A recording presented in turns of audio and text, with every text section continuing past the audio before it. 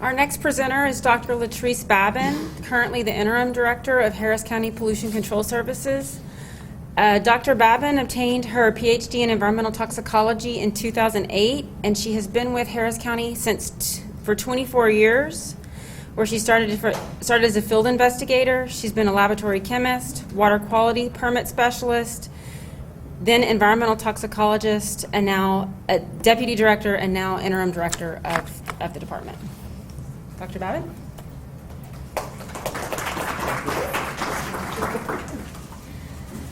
Good afternoon.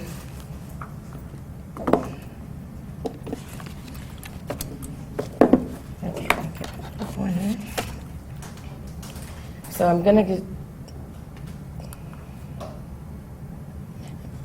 to talk with you just a brief overview of the history of our department, talk about some of the sections and the activities, and then I have an introduction to our newest initiatives and our air monitoring plan, and just a wrap up of what we're doing with enforcement.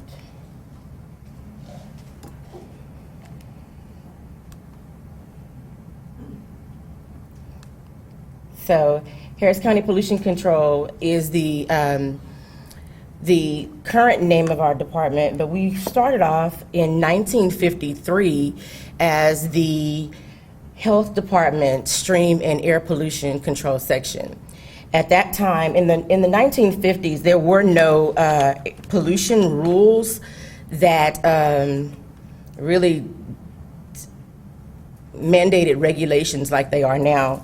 Basically, back then, there was no EPA. That didn't start until the 1970s, but there was the England Common Law Nuisance Statute and the 1945 Texas Sanitation Law, of which people used to enforce pollution rules. Then in 1970, we became an independent department called Harris County Pollution Control. Again, in 1998, Harris County Pollution Control became a section of Public Health, Harris County Public Health and Environmental Services as a division, and then as a reorg, we became a unified division called Environmental Public Health with the environmental section of Public Health. And then again in 2010, we became an independent department once again, which is now again named as Harris County Pollution Control. So a little bit about our structure. The current structure is we have 49 staff members, including myself, which composes the administration. Of course, they answer the complaints when they come in via phone and do administrative work, paperwork, and that type of thing. We have technical services, which includes permit reviews of air, water, solid waste, hazardous waste.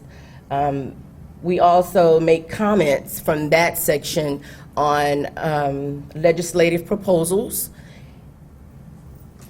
and we make comments to the TCEQ for permit actions on all of those that I just mentioned. We have an independent laboratory that is housed within our department, and we run not only the analytical for the samples that our investigators bring in, but we also service other agencies within Harris County and run those analyticals for them as well.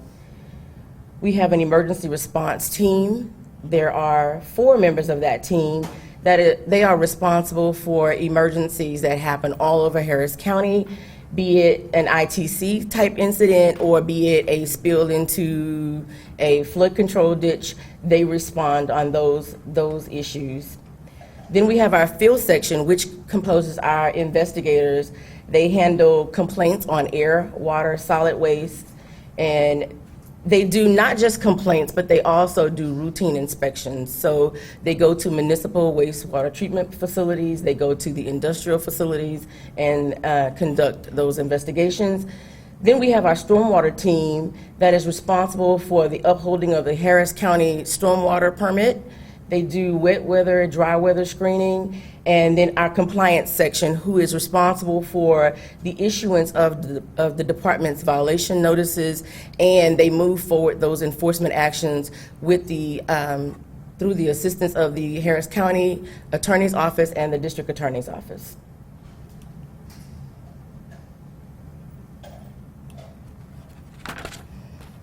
So just, again, to go over some general tasks, we respond to complaints, not just complaints that we get from citizens. We also get referrals from the state of Texas through the TCEQ. We get referrals from the city of Houston on things that happen within their jurisdiction. Sometimes it's because of the time that it happens. It could be on a weekend and they are unavailable on the weekend, and so we will go ahead and handle that. Or it could be just the issue itself may be something that they figure that we need to work more collaboratively on, and so we combine forces for those types of investigations. I mentioned that we do permit reviews. We don't just do air quality, we do water quality and stormwater quality, and we do emission events. I'm going to talk about this a little bit later, but our emission event investigations are given to our department through the STEERS reports. What happens is when there's an event at a facility, they have 24 hours to submit that information to the state of Texas as well as to pollution control to let us know initially what is going on. And then they have another time period of 2 weeks to finalize that information if it can be finalized within that time period. So our emission event investigator takes that information and starts generating questions to get more information in case we see an impact that they're not being exactly upfront with initially. Sometimes it has to do with the reportable quantities. They may indicate that there is a quantity that has been released, and then once they go back and do the calculations, they may come back and say that it's a reportable quantity or it's not a reportable quantity, and that may change whether or not it is a violation of their permit. We comment to the TCEQ on rulemaking, and we also, as I indicated, support the Office of Legislative Relations for Harris County on the Harris County platform, but we also work with some of our legislative officials if they need someone to act as a subject matter expert to provide testimony. We participate on regional committees such as HGAC, with RACPAC, the Natural Resource Conservation Committee, and we do have a monitoring system within the TCEQ's network. Harris County owns 12 monitors that monitor ozone, and they're located in various locations throughout the county. There's a map there that shows some of our facilities, some of our ozone monitors. So the number 17 represents our, I believe that's our Katy monitor. I can't really see very well. I'll just tell you there's one in Baytown, LaPorte, Tom Bass Park, Katy, Westview, Crosby, Atascocita, Sheldon Lakes Park. I am probably missing some, but for the most part, they're spread out over the county to fill in the gaps of ozone information that the TCEQ did not have monitors servicing. And then we do enforcement, as I indicated. We do civil enforcement. All of our cases start off as civil cases. Unless we see that there's something that is intentionally done, then it becomes a criminal case that is moved to the district attorney's office for criminal enforcement.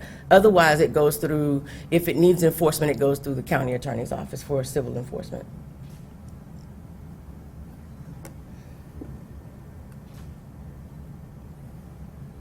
So we've heard quite a bit today about some of the incidents that have happened recently.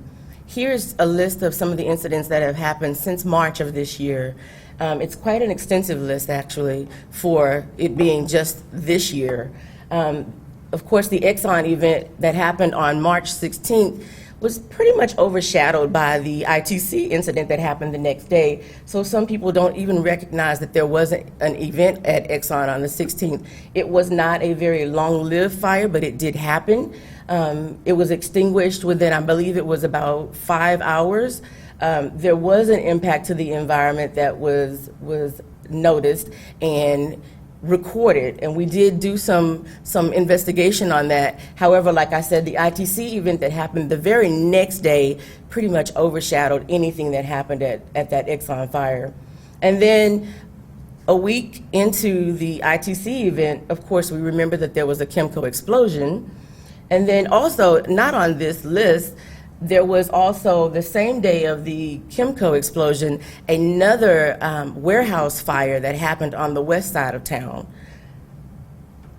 Then there was the Kirby barge incident that happened in May.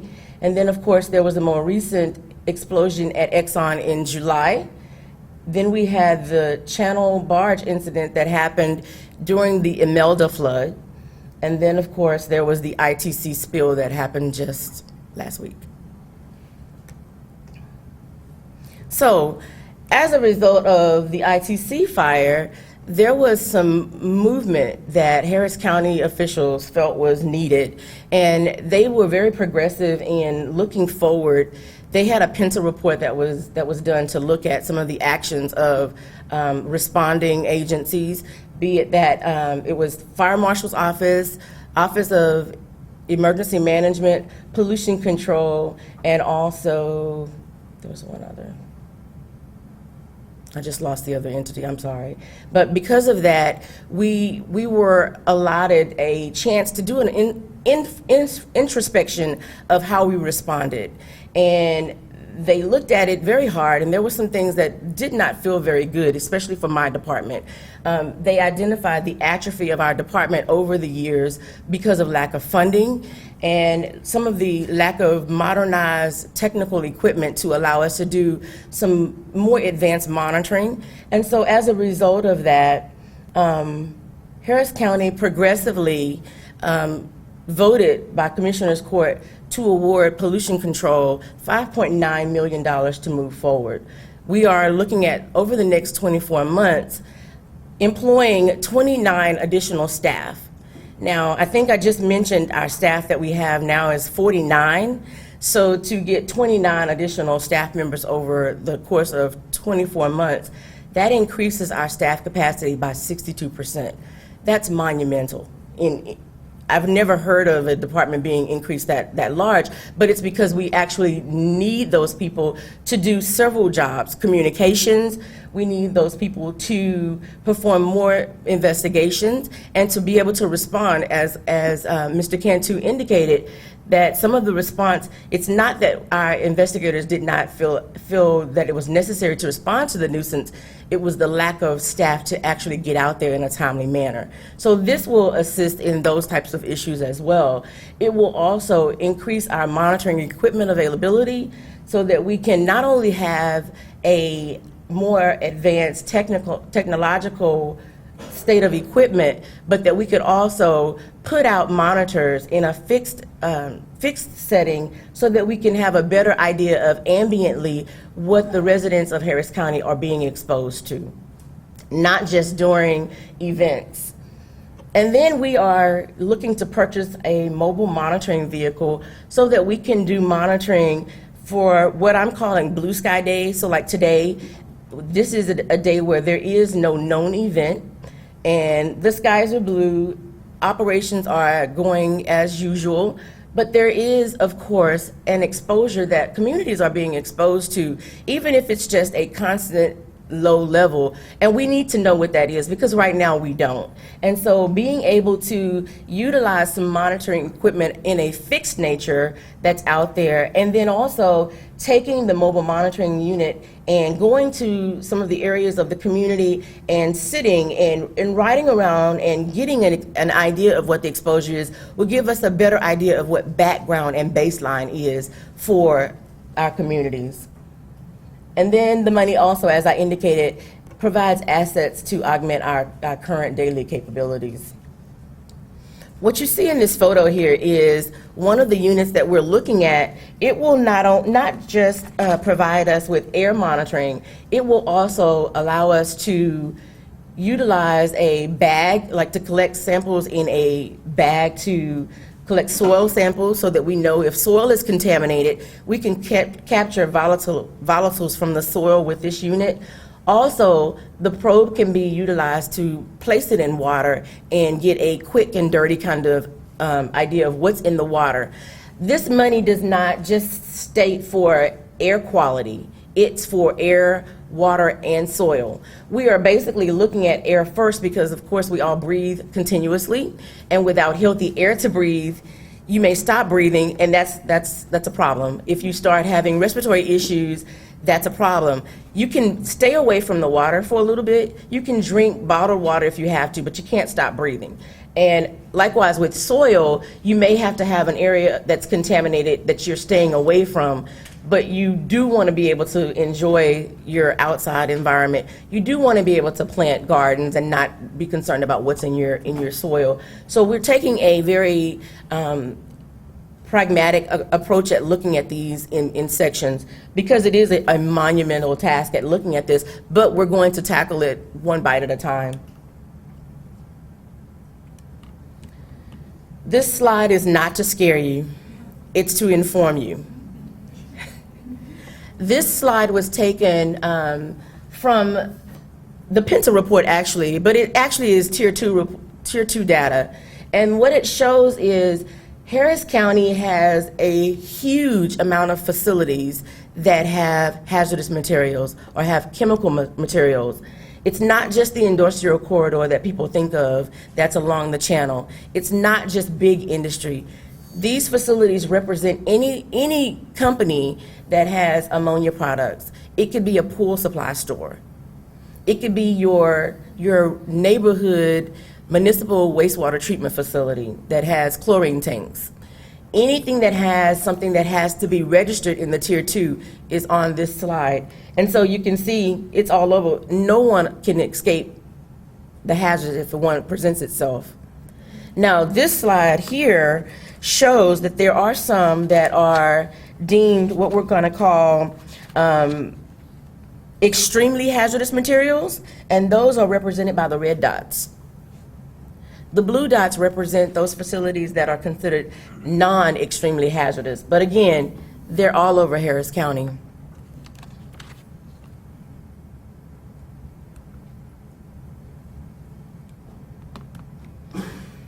This slide is here to show you that there are some facilities that have what we call unique chemicals. So the light green means that there's at least one chemical there that is considered unique. And then the other darker color shows that there's 2 to 5. And there's actually lot more maps that I could show you that shows the concentration of chemicals. There was a map that showed just the ammonia facilities. But I tried not to overwhelm you with a lot of photos, but just to let you know that there is a concentration of chemicals that we need to be concerned about. The other one shows 6 to 20 and 21 to 50. So again, it's not just it could be Walmarts on here. It could be academies because they have chemicals that are contained in their stores.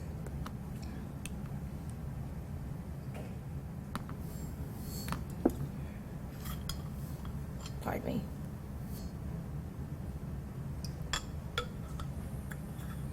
So, how do you bite an elephant? One bite at a time. So this is basically an indication of how we're going to look at moving forward with this monumental task. So we all know that there is air quality data that is out there, that you can find some EPA data, you can find some TCEQ data. Again, I mentioned that Harris County Pollution Control has some information through our ozone system, but that's embedded within the lead system of the TCEQ network. We also are now able to, with just a few tweaks, post some real-time information when we are doing monitoring, and so that data will also be available.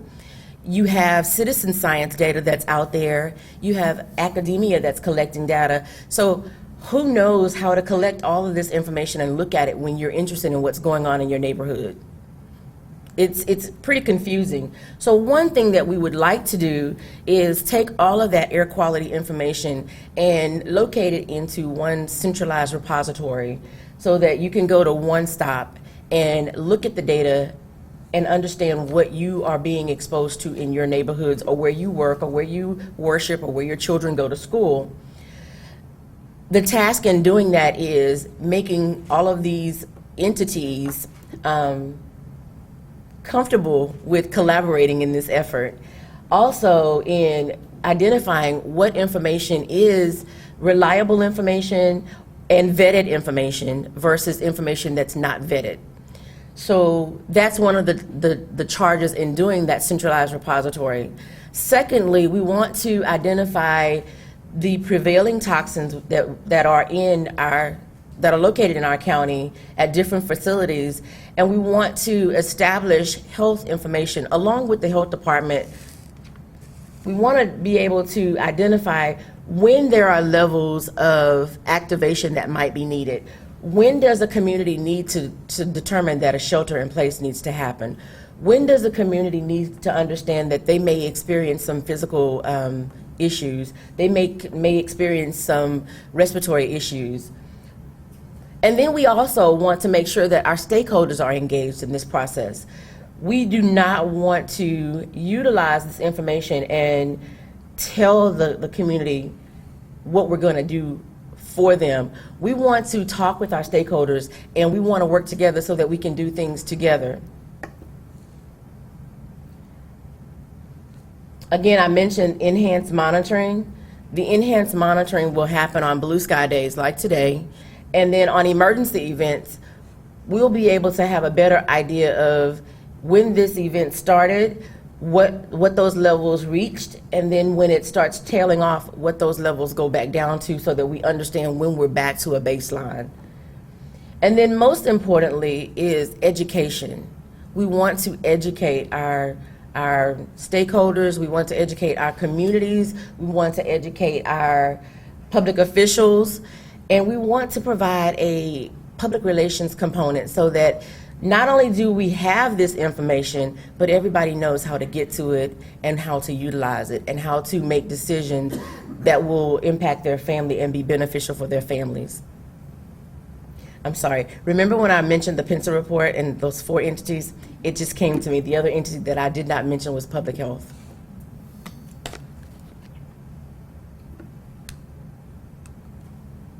Oh, on that slide, I'm going to go back. The slide on the side, you'll see a map, and it has blue dots on it. Those blue dots represent information that we were able to, when our investigators, our ER responders, went out and started monitoring during the Exxon event that happened in July. These are some of the spots that, these are the spots that they were visiting to collect air monitoring information. And this is actually something that was posted on our website. The slide bar for that shows an hour increment of monitoring at a time. And so as the event continues, the data is populated. The data is not vetted because it comes directly from their monitoring unit. They utilize a app called Survey 123, and they go in and they manually input the information, and it populates through, it's through an ArcGIS service that populates the map. So it gets the information out there so that there's an idea of what's going on. It is not vetted, so if someone punches the number in incorrectly, we may not know that for an hour or so, and then we have to go back because it's not vetted, it's not validated. We'll have to go back and make a statement of that, which may cause problems for some, but I feel like getting the information out there is more important than making sure that we're, cautious all the time. If something happens, we can notify the community what happened and add that qualifier.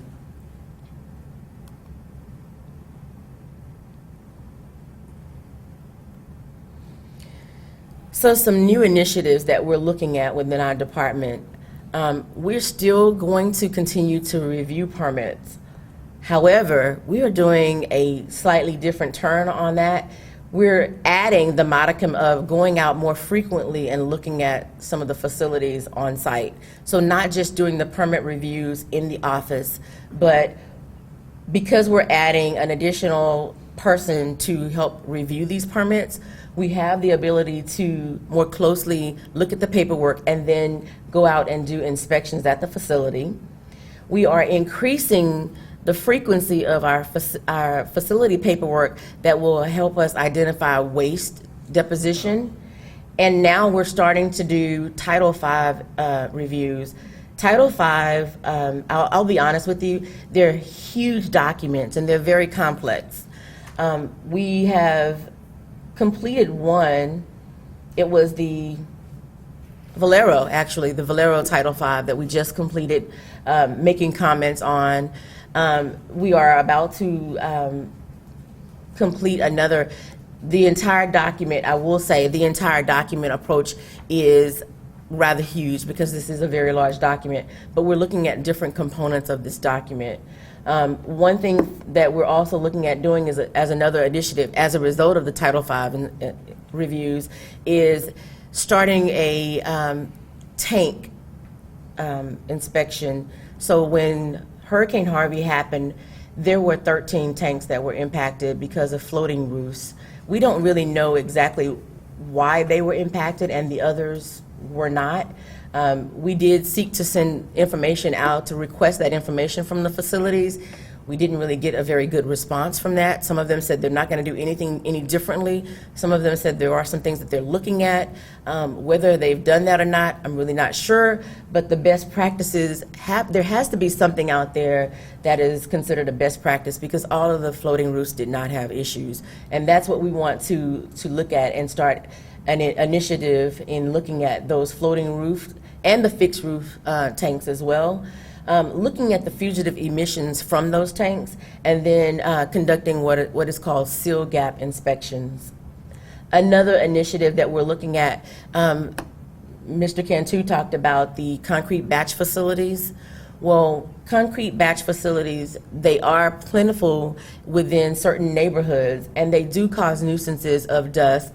And we do know that those particulates are respirable, and anything that is caught on those jagged edges and are respired can go deeper into your lungs and cause very serious health issues.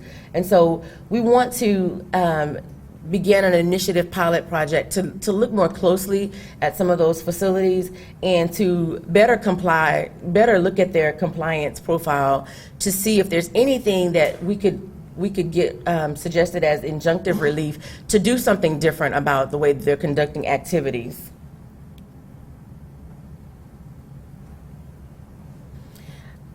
I mentioned to you that we conduct emission event investigations. So this slide represents a couple of things that we're doing slightly different. Emission events, now I indicated that they have typically come from the STEERS reports. Well, there's a notification that comes out. It's basically a communication of the facilities to other facilities to let them know when there's activity on their property. It's called an emerge notification. So as with Exxon that happened in July, the notification on emerge went out as a level 2, and it said that there was smoke and there was a fire, I think is what it said on the emerge. However, that information came a little slow for me because I actually got a call from Jackie Young and said, hey, what's going on over near 146? About 15 minutes later, the emerge came out, and again, it said it was a level 2. It said smoke. It did not necessarily indicate that it was something that would have caused a shelter in place. It did not indicate that there was a need for additional responders to come and assist. So it looks like it could have been something that could have been handled very quickly, just within the facility without a lot of off-site impact. However, we know that that wasn't really what happened. So our emissions event investigations are starting to be triggered now by these emerges. And now our emergency responders are triggered by certain words. So if it says smoke, if it says fire, even if it says that it's contained within the property line, we want to make sure that we know how large this fire is. And so our emergency responders are going, and oftentimes when they get there, the industry says, why are you here? What made you come see us today? And the reason is because you had a fire. We want to make sure this fire doesn't get out of hand. We want to make sure if there's monitoring that needs to be done, we're here so we can start monitoring early. So if that happens, as we look at those emerge notifications and we look at these emission events, if it's something that is a non-reportable, however, it's a unauthorized emission, it may lead to enforcement. That has to be worked through our compliance section with our county attorney representatives, but we need to decide whether that needs some enforcement or not. Then there are authorized emissions that come through Title V permits, that come through permit apps, be they new permits or be they renewals or amendments. And then there are also continued focus on high-profile sources that may or may not lead to enforcement actions. So we're just taking a different perspective of looking at these moving forward.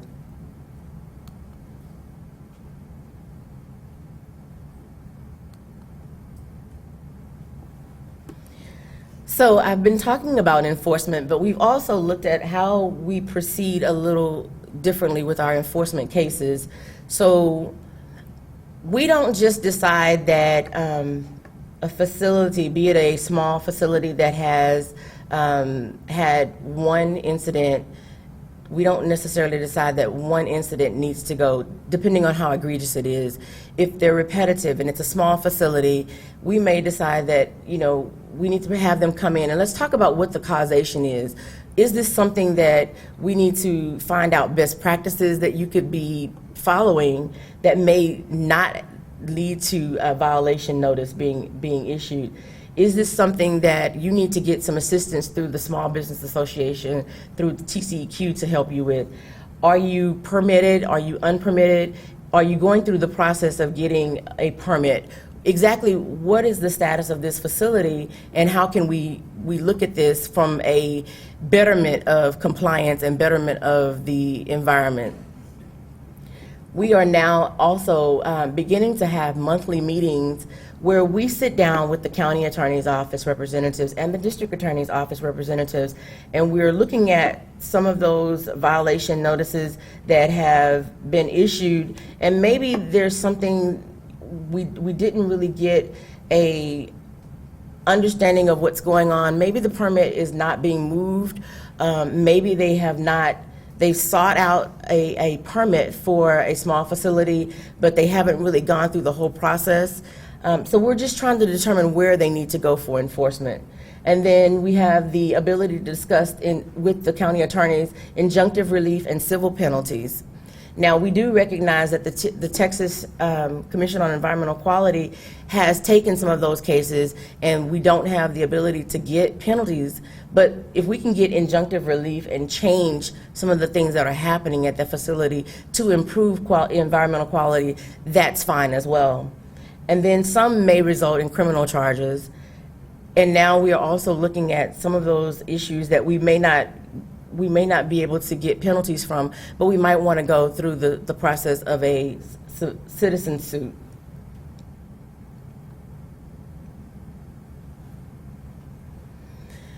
I took a look at some of our compliance records from January of 2018 January 2018 to September of 2018, and compared that to this year's record so far.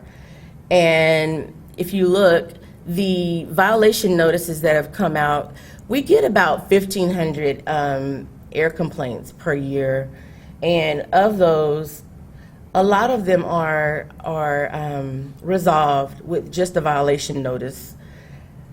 So in 2018, we issued about 152 violations for air. This year so far, same time period of January to September, we've issued 157, pretty much the same. Looking at waste, it stayed pretty much equal as well. 82 in 2018, 84 in 2019. But if you look at water, in 2018, there were 252 violations that were issued. This year, so far, in the same time period, there's only been 185. And I'm not really sure of why that is, but just looking at that for comparison's sake. And then we looked at the enforcement referrals that have gone forth to the county attorney's office and the district attorney's office for the same time period. The time period of 2018, January to September, there were 6 referrals to the county attorney's office. Same time period of January to September of 2019, there's been 14. For the district attorney, last year, January to September, there were 2 referrals. Same time period this year, there's been 7.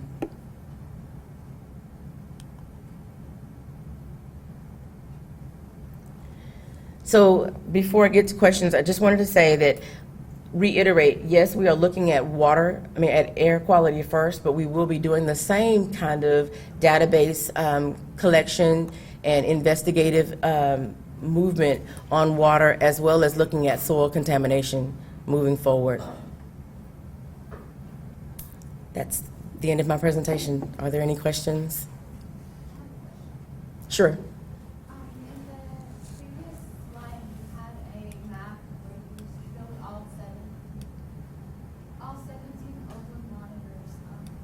How many detect VOCs in Harris County and how many in VOCs? Okay, so the ozone monitors that we're showing, ozone monitors don't detect VOCs. They only look at ozone. And so that is the formulation of ozone through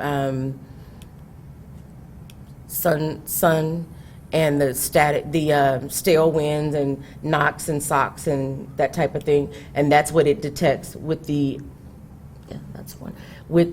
movement of the wind. And sometimes you'll notice that in the mornings, there may be high ozone, well, in the mid-morning, there may be ozone levels that are increasing near the facilities. And then later in the day, as the temperature rises, it may go way over, up north, or maybe over to the west, where there's not as much industry. However, it's not just about the industry, it's about the idling vehicles, and all of that makes those components come together. So with high temperatures, direct sunlight, and then the stale movement of the air, we see that those ozone levels come up in other areas. VOCs, when we were looking at, when we're talking about VOC monitors, those are what we're looking at putting in this network. So we'll have some sensors that look at VOCs, we'll have some sensors that look at particulate matter, and if there are levels that we've determined for action that are hit, then we may need to place more additional monitors out in that area to keep an eye on what's going on. How many total VOC monitors are under Harris County Pollution Control's jurisdiction? So right now there are not any. VOC monitoring is accomplished by a mobile kind of unit. We take a monitor out that's called an ultra ray, and the ultra ray is what we look at benzene with. The PID that we use is a 5-gas unit. It looks at carbon monoxide, oxygen levels, SO2. It looks at LEL, which is the lower explosive limit, and I believe H2S. But when we detect something on the VOC, on the PID, then we can also use the ultra ray to determine if benzene is one of those components. Yes, Mr. Perez. There's 2 ways that I'm going to ask you. One is that, because of the flooding that occurs, is frequently occurring all right, and it's visible. So we actually are coming up with a 8-county regional flooding plan. And what we're asking is, can we also address the invisible storm, which is air toxins, and come up with a regional air toxin plan?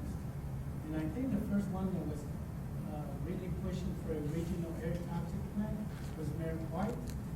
And we're just sort of supporting and pushing for that idea because, you know, that frequently also happens when we have extreme flooding or extreme weather. But because it's invisible, we act as if it doesn't exist. Can the county move forward on that? I think the first step in anything like that would be getting a baseline understanding of what's out there, and putting this air quality monitoring plan together is going to be very integral into that process. And then once we know what's out there and at what levels, then it may be possible for us to work on policy and move forward with a more collective kind of unified effort on that. So I'm not sure if that answers your question or not. No, the EPA staff is going out. It'd be a good question for them as well. Yes, ma'am. There's a map that you showed that had the real-time movements from the Baytown fire. Yes, ma'am. What is the response time for them from when the incident happens to when it ends? I was monitoring it, and some of the dots, the incident I know happened early on in the morning, and then some of the dots didn't have data inputted into that database till like 7 or 5 in the afternoon when the fire was already put out. And I know like wind travels at certain times, so even though there's a barrier created, like how do we not know that certain community members were exposed to these toxins during certain times? So we're working out the kinks in this, to be honest with you. Some of these,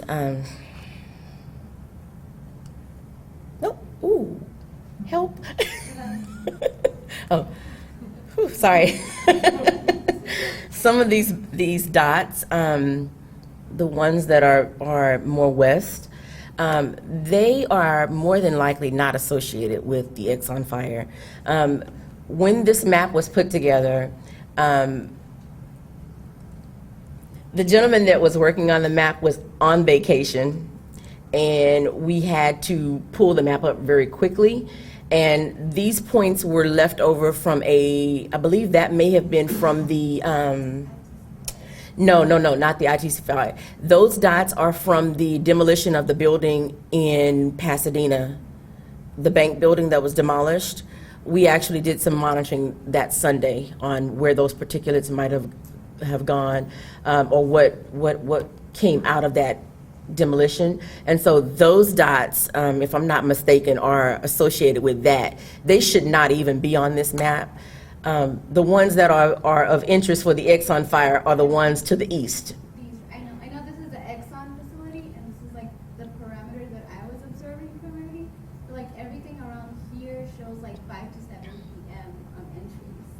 So we continued monitoring even after the fire was extinguished for a time period, just to make sure that there was nothing, because you know what goes up comes down, and it was pretty aloft, and so we wanted to make sure that nothing was falling out that may have at some later point been a respiratory issue for the community. So we continued monitoring for a little while just to see what was there. When we continued to get non-detects, we stopped the monitoring. I think we stopped monitoring, I know exactly when we stopped monitoring. We stopped monitoring that Saturday at about 3:30. So then what is the response time from when the incident occurs? So when the Exxon fire happened, they started capturing points 20 minutes. They have to leave where they are at our building or wherever they are and get to the facility, or to get where the emissions are. And it took them about 20 minutes to get there. And so within 20 minutes, no more than 25 minutes, they had data points showing up on the map. You're welcome. Thank you. Yes, Paige. First, I want to say thank you so much. I feel like the county has been very responsive this year in sort of addressing the concerns of the public and organizations, especially after the gap analysis and understanding, what went wrong and what they can do better. I have a sort of a two-part question. One, I'm optimistic about this expansion in your department, but considering the failure to pass the tax increase